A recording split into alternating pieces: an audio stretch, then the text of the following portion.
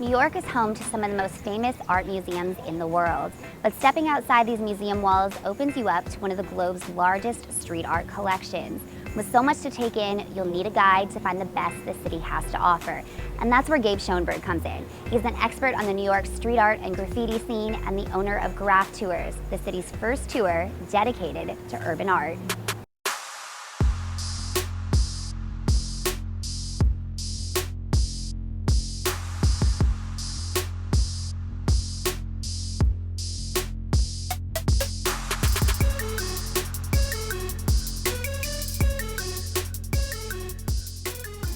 So Graph Tours is one of the first tour companies solely dedicated to street art and graffiti, and interestingly enough was started as your senior project.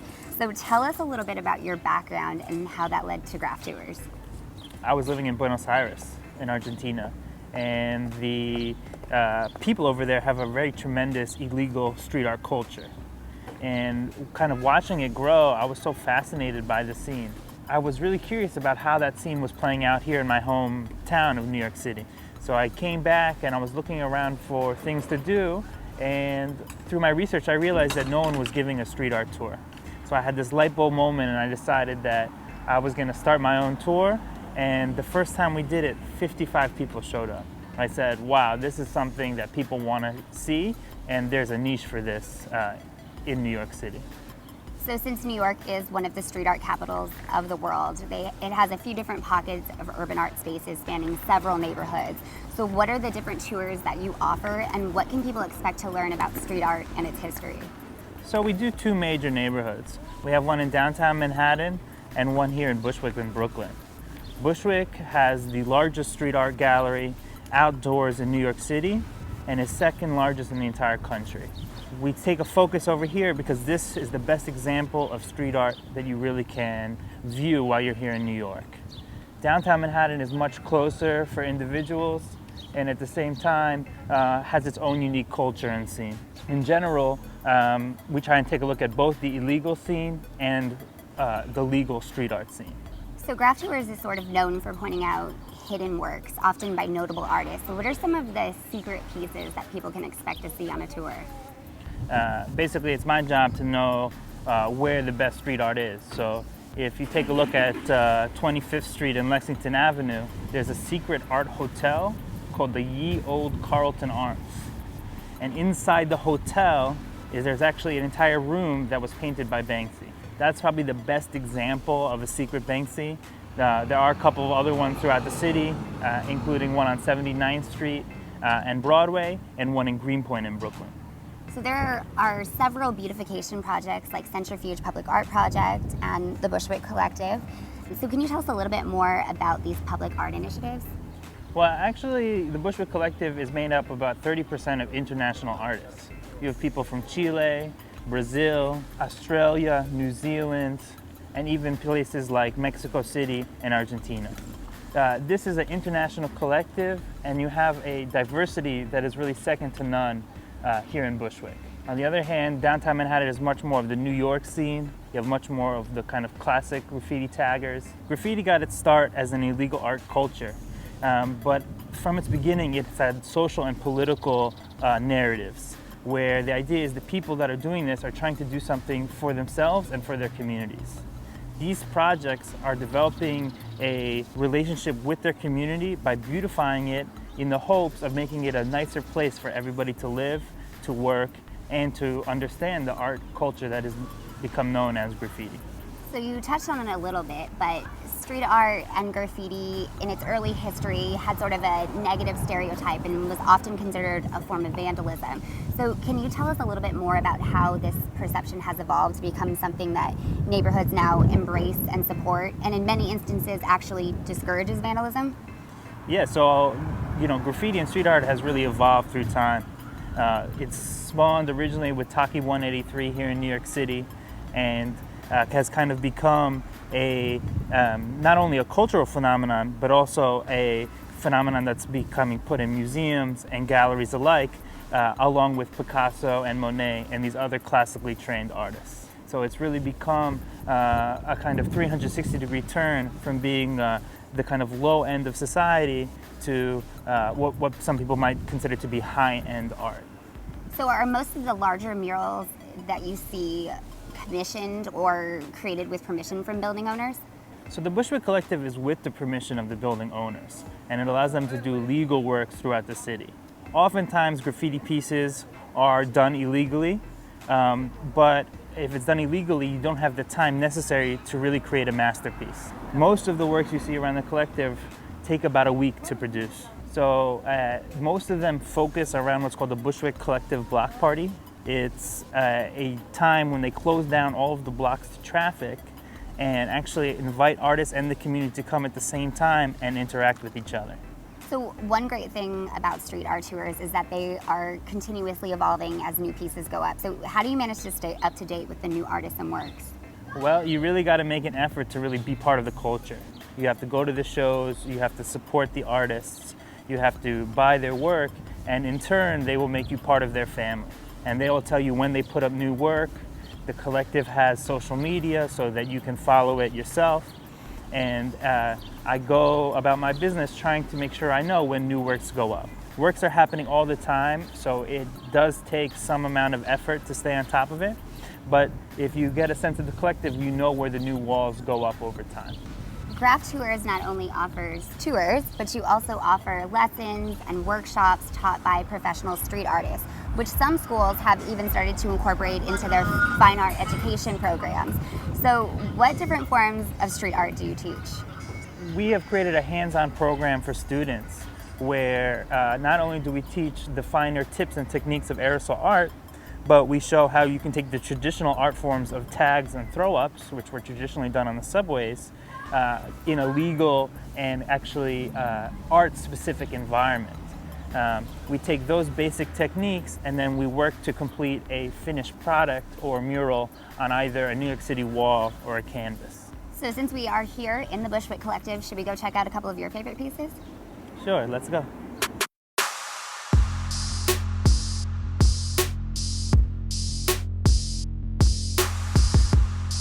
Now, 5 Points originally was the mecca of graffiti. For over 10 years, over 500 pieces of art adorned its walls.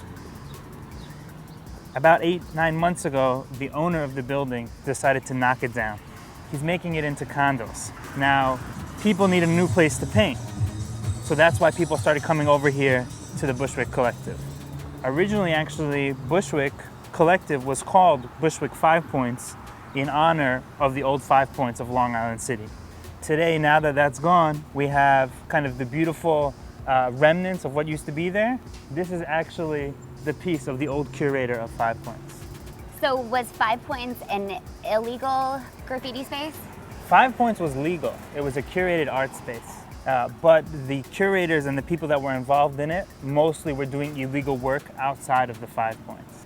5 Points was an important institution because it brought a cultural hub to Long Island City. The kind of current day Long Island City has the MoMA PS1, and across the street was 5 Points. With those two institutions together, you had this miraculous combination, and all of these people started coming to Long Island City, and it totally transformed the neighborhood. People are hoping that the same thing happens in Bushwick. But the only thing with Long Island City was as the neighborhood started to get more developed, then 5 Points got pushed out. Do you think that will happen with the Bushwick Collective? Unfortunately, yeah, I do. The gentrification and street art are a double-edged sword because it beautifies the community so well that it pushes up prices and more people do want to live here. So is there any symbolism to this piece? Yeah, so this is what you would consider to be a graffiti masterpiece. It's actually the name of the curator, Mears One, along with a subway to kind of pay tribute to the early 80s graffiti scene here in New York. Is that him? It's a b-boy. It's just supposed to be like a hip-hop character. Okay. And he's actually spraying the subway. So was graffiti on subway sort of where it all began in New York? Yeah, absolutely. In the early 70s, people started to realize that they could get their name scrawled on walls, scrawled on the subways, and it exploded in the early 80s. There were thousands of graffiti writers on the New York City subway, and you could gain fame by scrawling your name on every single subway line and that was known as being an all-city king. The goal of graffiti was originally to paint every single subway. Okay. With your tag or just anything you could get on it? Mostly your tag, but also throw-ups and eventually what were known as burners, which were the murals on the outside of subway cars. So how much of this piece is his, this entire building? This is a collaboration between Mears, Germs, and Topaz. Okay. I guess I can kind of see their names now that I'm looking at it. The names are hidden throughout the piece, and that's kind of the idea, is to have a name, but to have your own style. So people are trying to develop their tag into what eventually becomes a masterpiece. Is there a significance to the number 63? There is a special type of paint called Montana 94s, and this is a reference to the idea of putting a number as the brand of the paint. And why is this one of your favorites? Because of all of the history that's behind it? Absolutely. Mears is a graffiti legend here in New York. He's what you would call a living legend. He's been doing graffiti for over 30 years. He was responsible for the greatest graffiti institution in New York history. And now he adorns this wall with a 6-foot mural, arguably the biggest and best mural here at the Collective. I feel like one of my favorite parts about this is that that subway door is actually a real door. I think that's actually a nice touch there. Absolutely. The idea of graffiti is to be context specific, to really include your surroundings with the art. And that's exactly what he's doing here. Now we're going to meet up with Teresa, a street artist from New York, to give you your graffiti lesson. Cool. Are you off to give a tour? Yeah, I'm going to be out.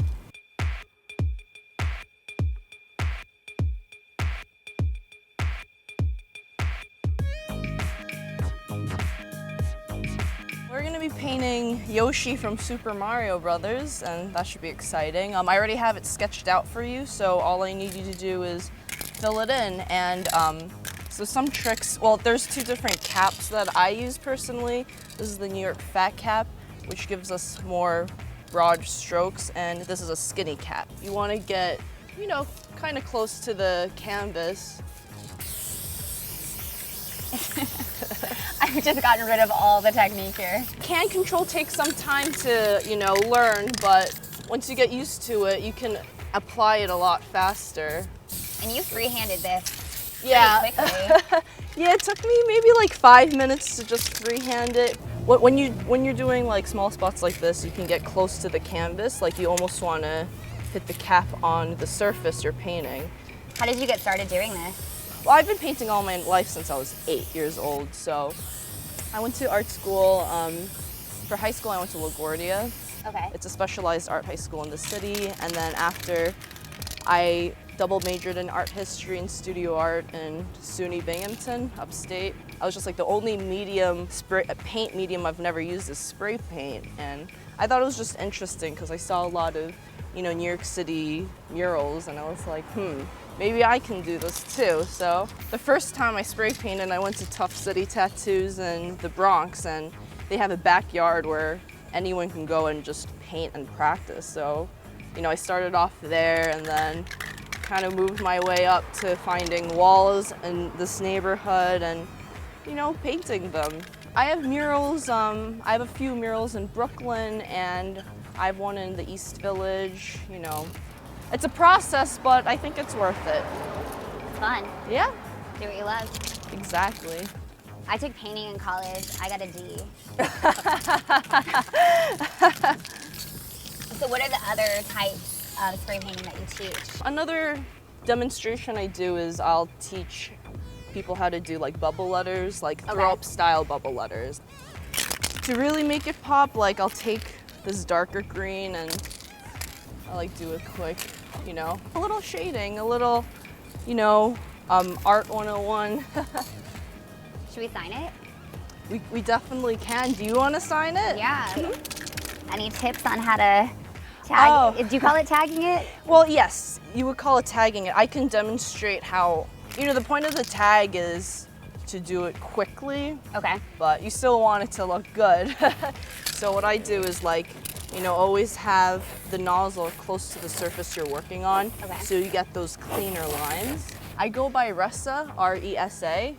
Tags are usually, they're not too long, you know, any writer's name is usually between 2 to 5 letters. Not bad. Actually, I don't hate it. That's not bad for the first tag you've ever done. Yeah. Good job.